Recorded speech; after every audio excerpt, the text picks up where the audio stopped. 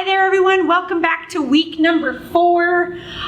We did some essay building last week. I really want to just touch base on kind of our final touches when we're working on essays. And that's just making sure we're staying away from things like plagiarism, which can be very serious, and referencing properly. And that's just because those little formatting things can really make the difference in elevating our writing. So plagiarism, we really need as writers, whether you're coming back to do your 12 in ABE, post-secondary, or especially university, we really need to understand plagiarism, okay? So really the definition of plagiarism is the act of presenting another's works or ideas as your own.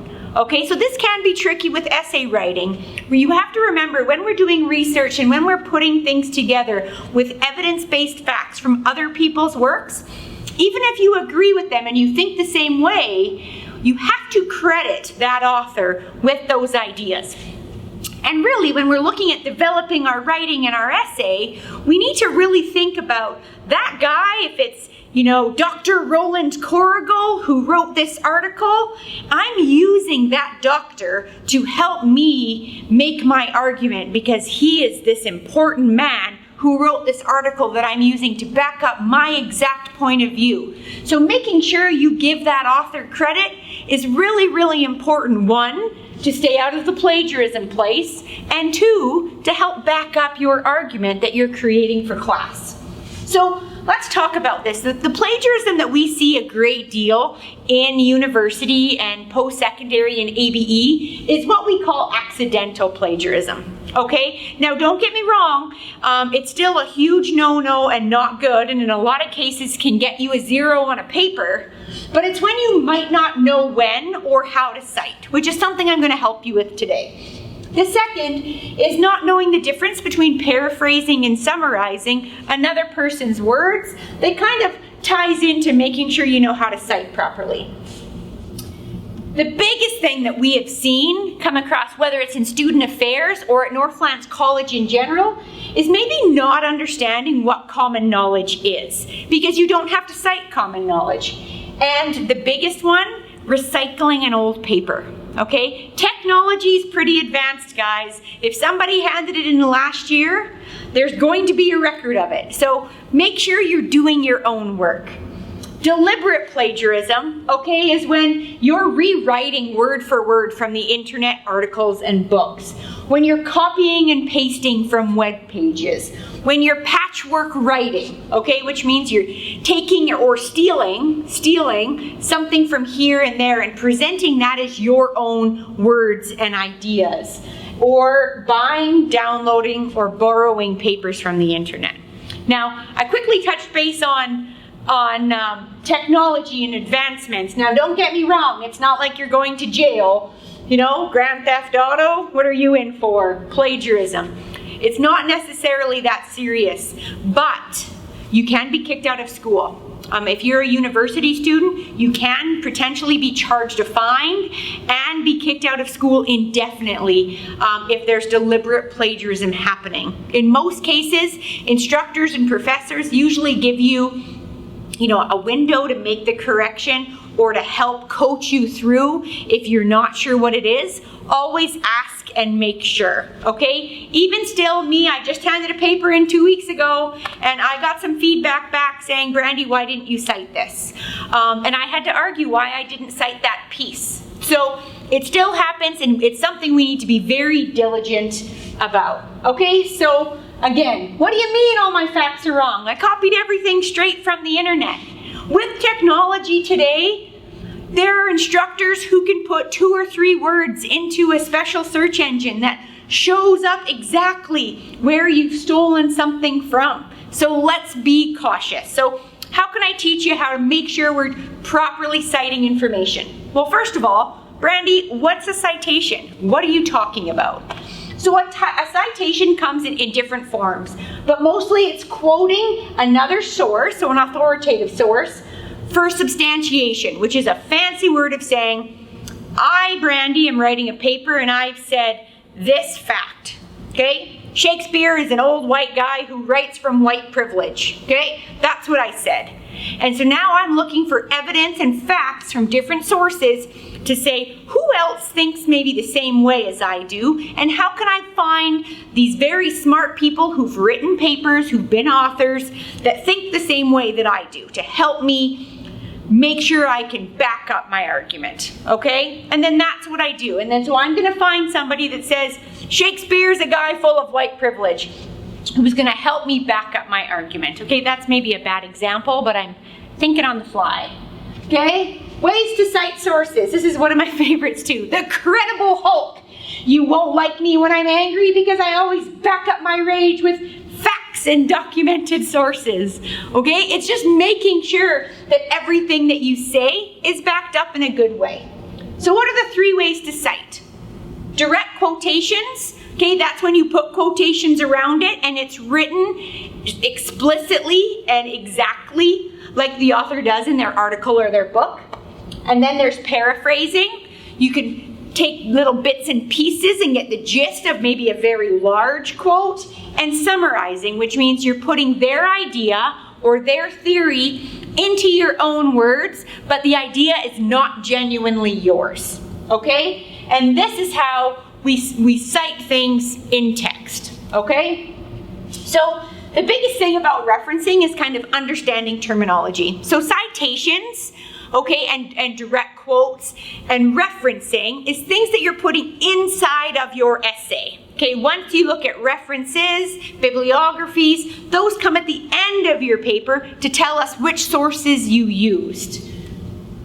So let's just do some quick tips for citing. Okay, do not drop quotations without preparing your readers. So a lot of times this really comes into play when you're practicing how you're writing and researching at the same time. Okay, it's really good to have some research, put some notes together when you're researching, reading summaries and table of contents and bibliographies to make sure that you have everything that you need and maybe have some quotes prepared. They're going to back up some of your main points. You want to make sure that your argument is yours. So when you're backing up those quotations, you're stating what your opinion is, and then you're backing it up with facts. So don't just string a whole bunch of quotations together. So different writing lead-ins that help prepare your reader, okay, whether it be your instructor, your teacher, is making sure that you can say, your argument, the somebody said lead-in preface. So if I use my Dr. Roland Corrigal example again, I am going to say, Shakespeare wrote a great deal of his plays using his white privilege in his time period. According to Dr. Corrigal, blah, blah, blah. Okay, so I am now making sure that I've distinguished in my paper what is mine and what is not mine. And then I'm quoting Dr. Roland Corrigal through that piece. Okay, that's really important. And there's lots of little hints in how to do that to make sure that your writing, again, is clear and concise and flows well. So different common lead-in verbs. Again, this slide I'll post to the Student Services Facebook page just for some helpful hints. The dictionary app it's a free app. It has a thesaurus on it. It's also amazing, where you can have Dr. Roland adds, admits, agrees, endorses, illustrates, implies, lots of different words so you don't feel like you're using according to all of the time, okay? Use quotations to support your points, not to make those points for you, okay? They want to know, your instructors, your professors, they want to know what you think. They want to know your writing style. They want to hear what you have to say and see how you put your information together. Your research and references should always only back up your work, not be the work for them, okay? Too many quotations can suggest that you have too few ideas of your own. Now, don't get me wrong. I'm somebody who, at the very least, when you're referencing, you feel like you have a really good idea and you find the perfect pieces and you don't want to have too many, but they say it better than you. That's times when you can not necessarily direct direct quote everything. If somebody said it in a great way and way better than I could ever say it, that's something I really make sure to get my bang for my buck, that I direct quote, which means I write word for word. If there's a general theory or idea that I really want to get across because it helps back up my point, that's where I may choose to put it in my own words, but still give the author credit because it's not my theory and it's not my idea. But it really backs up what I'm trying to say. So really make sure that you're using a combination when you're citing. Okay? And like I mentioned before, avoid the necklace paper. So when you're just stringing quotations together over and over and over again, and you lose yourself where I can't find the you in your paper, that's going to be a problem. You have to remember that it's your responsibility to make the points for yourself. Just using quotes and paraphrases and summaries to back up your argument. Okay, we need to see you in there. Take particular care when you're adding someone else's words to your own. Okay, again, like I said, you just need to make sure you decipher your presentation, your words from the author that you're using. Think of every time you're researching and you're referencing that those things are backup material to you. Okay, you need to be out in front. So documenting citations, it took me a really long time to do that.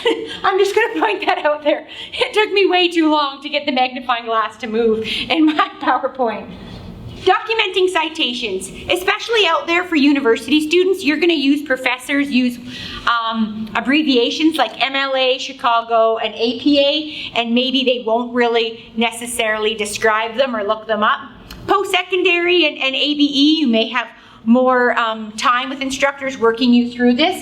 Basically, MLA is a formatting system that asks for things to be done in a certain way, just like APA in Chicago. For MLA, that's usually used by humanities, English, and sociology, okay? APA, some social sciences, which means sometimes sociology, and mostly psychology. Chicago is a lot of history, political science, and humanities. Now you can see that sometimes they jump. Sometimes you'll have an instructor that says, I don't care what way you do it, just stick to one way, and other instructors or professors will be very particular. Now listen, I know that a lot of you out there are going to think following these sets of rules while writing is silly, stupid, dumb. But guess what? The authors that you're researching, professional writers, professors, university curriculum, all of them, everybody in the entire world has to follow these sets of writing formatting standards too. So when you don't do it, it's an easy way to lose a great deal of marks, and it's an easy way for those of you who were worried about the quality of your writing to get some marks, okay? All formatting and documenting is for citations. Your essay format is following a succinct set of rules, writing. How your bibliography is set up, is it commas, is it periods? Do you have footnotes or page numbers? Do you have, parentheses in your writing? Do you have a title page? Follow the rules set out for you. Okay, now to do that, we have some really cool things now, okay? It's not 2010 or 2010, I'm hilarious. 2000, when I went to university, where everything was handwritten. Like to type things out, we had some typewriters and computers at the computer lab at university. Nobody had their own computer, or not very many of us did. When we're looking at that, if you're unsure, Purdue OWL is a great source, but you can really just Google APA and check it out.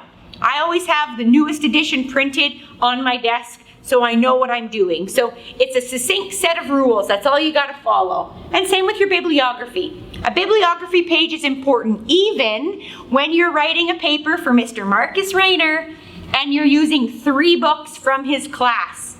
Anytime you use somebody else's material, you have to have a bibliography. Okay? Sometimes it's called a bibliography, sometimes it's called a reference page. It comes at the very end of your paper. There's some really cool online cheat sheets. BibMe is one of them. There's a lot of people in student services in the university department, as well as post-sec instructors who love BibMe. I am not necessarily one of them. I don't use it, but it is a really cool tool where you just have to enter it and it helps format for you. But again, be a detective, you guys. As students buying into all of this stuff, get out there and see what fits you, see what suits you and what's best for you. The biggest thing about remembering about citations and references is they're just a certain set of rules for you to follow. If you follow them, you get good marks. If you don't, you lose really easy marks to have. So take the time to make sure you're following all of the references. For university students, you can also check out the library at USask or U of R. Their library services are amazing. For those of you who are in POSEC or ABE programs, double check with your instructors for how they want to see things, and there's always an extra way to help format. Okay, that's all I have for you today. Take care out there, and next week we're going to work on word choice, the last little bit of editing our papers of, do I sound smart enough? I know it's a big concern out there for students. We're going to help you with it next week. Take care.